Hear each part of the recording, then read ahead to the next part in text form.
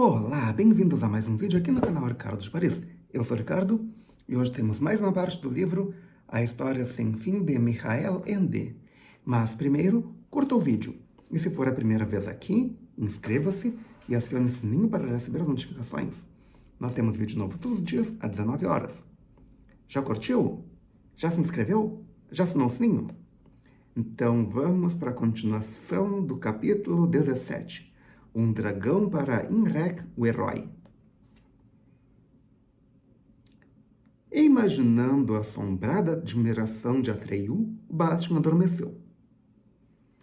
No dia seguinte, quando tomavam um magnífico café da manhã na sala de banquetes do palácio de Kerkobad, o ancião de prata disse: resolvemos organizar uma festa muito especial para nosso hóspede, o Salvador de Fantasia, e o seu amigo que o trouxe até nós. Talvez não saiba, Bastian Baltazar-Bux, que nós, os habitantes de Amargante, somos conhecidos tradicionalmente em fantasia como excelentes cantores e narradores de histórias. Nossos filhos aprendem desde muito cedo essa arte. Quando crescem, tendem a viajar durante muitos anos por diferentes países, exercendo essa profissão para a utilidade e proveito de todos. Por isso nos recebem em toda a parte com respeito e alegria. Mas há uma coisa que nos desgosta.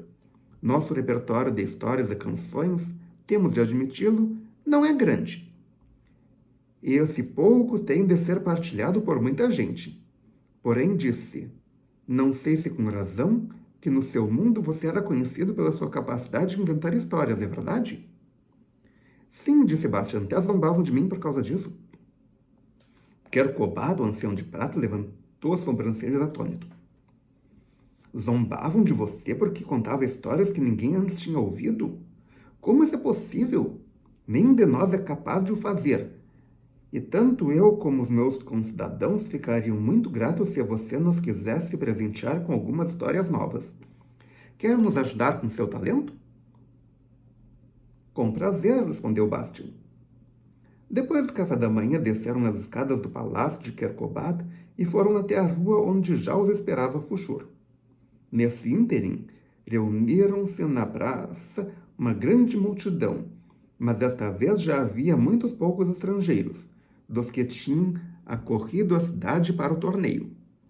Essa multidão compunha-se principalmente de homens, mulheres e crianças de Amargante, todos belos e de olhos azuis, envergando belos trajes de tecido prateado. A maioria trazia também instrumentos de corda feitos de prata, harpas, liras, guitarras ou alaúdes para acompanhar suas canções, pois todos esperavam poder exibir sua arte para Bastian e Atreyu. Instalaram outra vez os cidadãos na varanda, os cadeirões na varanda, e Bastian sentou-se no meio entre Kerkobad e Atreyu. Fushur postou-se atrás deles. Então Kerkobad bateu palmas e, quando a multidão fez silêncio, disse: o grande autor vai satisfazer nossos desejos. Vai nos oferecer uma nova história. Esforçai-vos, portanto, meus amigos, por contribuir para que venha a inspiração. Todos os amargantinos que estavam na praça fizeram uma reverência profunda em silêncio. Então um deles avançou e começou a recitar. Depois dele veio outro, e outro, e outro. Todos tinham vozes muito bonitas e melódicas, e recitavam ou cantavam muito bem.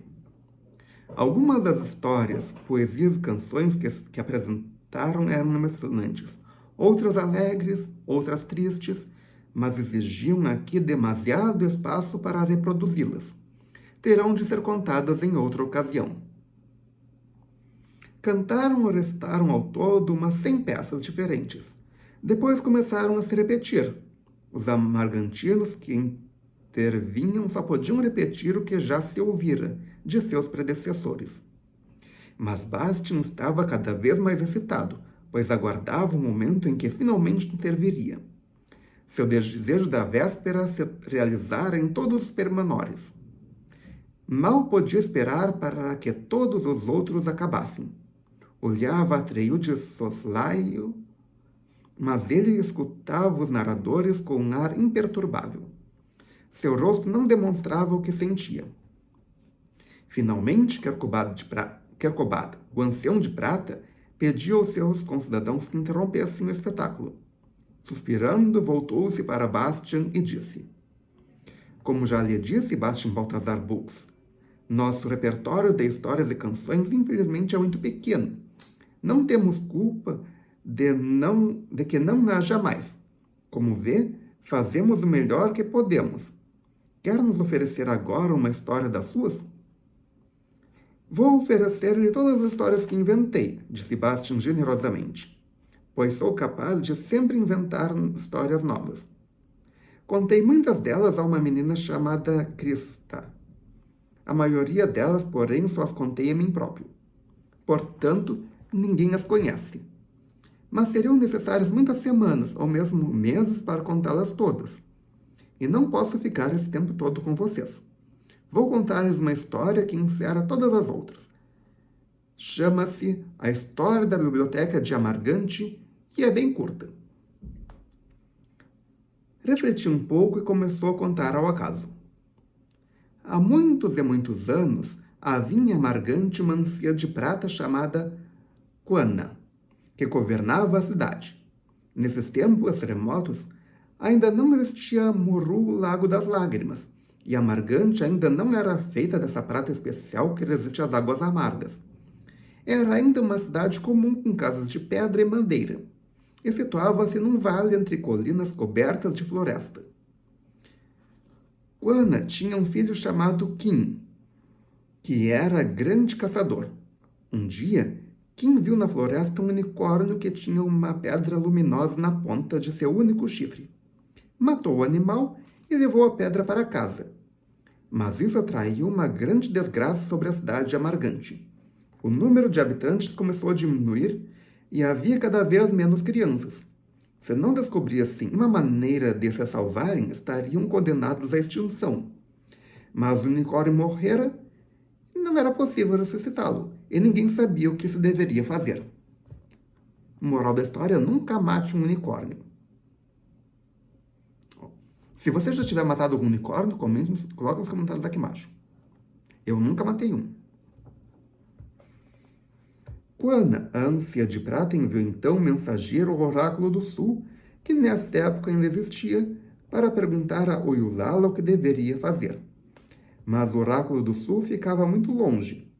O mensageiro era um jovem quando partiu, e quando voltou já era muito velho. Quana, a ânsia de prata, morrera muito, e o seu filho Kim sucedera-lhe. Ele já era muito velho, assim como todos os outros habitantes de Amargante. Só havia um único casal de crianças, um menino e uma menina. Ele se chamava Aquil e ela Máqua. O mensageiro anunciou então o que tinha revelado a voz de Uyulala. Amargante só continuaria a existir se tornasse a cidade mais bela de toda a fantasia. Só assim o crime de Kim poderia ser reparado. Mas os amargantinos só poderiam fazê-lo com a ajuda dos Ai-Ai-Ai, que são os seres mais feios de fantasia. Chamam-lhes também os que sempre choram, pois eles não param de derramar lágrimas pelo pesar que lhes causa sua própria feiura. Mas exatamente com esses rios de lágrimas que eles lavam a prata especial que extraem das profundezas da terra, e com a qual sabem fazer uma filigrama maravilhosa. Todos os habitantes de Amargante partiram assim em busca dos Ai-Ai-Ai, mas nenhum os conseguiu encontrar, porque eles vivem nas profundezas da terra. Finalmente só ficaram Aquil e Muqua. Todos os outros tinham morrido, e nesse meio tempo os dois haviam crescido. Juntos conseguiram encontrar os Ai-Ai-Ai e convenceram-nos a transformar Amargante na mais bela cidade de fantasia. Os Ai-Ai-Ai construíram então o primeiro barco de prata, e sobre ele um pequeno palácio de filigrama, e colocaram-no na praça do mercado da extinta cidade. Depois dirigiram suas torrentes de lágrimas para dentro da terra, de tal maneira que formaram uma nascente no vale entre as duas colinas cobertas de floresta. O vale se encheu de águas amargas, formando Murru, o Lago das Lágrimas, no qual flutuava o primeiro palácio de prata. Foi aí que Aquil e Mucoa ficaram morando. Os Ayayai tinham imposto uma condição ao jovem par, a que tanto eles como todos os seus descendentes se dedicassem ao canto e à narração de histórias. Enquanto fizessem, os Ayayai continuariam a ajudá-los, pois dessa maneira eram também favorecidos e podiam contribuir para a criação de coisas belas, apesar de sua feiura. Akio e Mucoa fundaram então uma biblioteca, a famosa Biblioteca de Amargante, onde reuniram todas as minhas histórias. Começaram por essa que acabo de vos contar e, pouco a pouco, foram acrescentando todas as outras que eu ia contando. Finalmente as histórias eram tantas que nem eles nem seus numerosos descendentes a conseguiam esgotar. Se Amargante, a mais bela cidade de fantasia, ainda hoje existe, isso se deve ao fato de os Ayayai e os habitantes da cidade terem mantido as respectivas promessas, apesar de nenhum dos dois povos saber nada um do outro. Só o nome de Muru, o Lago das Lágrimas, recorda ainda o que sucedeu naqueles tempos remotos. Quando Bastian acabou a sua história, Kerkobat, o ancião de prata, levantou-se da cadeira. Seu rosto estava iluminado por um grande sorriso. E por hoje é só. Se você gostou, clique em curtir. Adicione esse vídeo aos seus favoritos, compartilhe com seus amigos, volte amanhã para a continuação. Qual será que vai ser a ação de Kerkobat? O que ele vai dizer? Volte e descubra. Obrigado pela presença, obrigado pela audiência. Até amanhã com a continuação da história e tchau!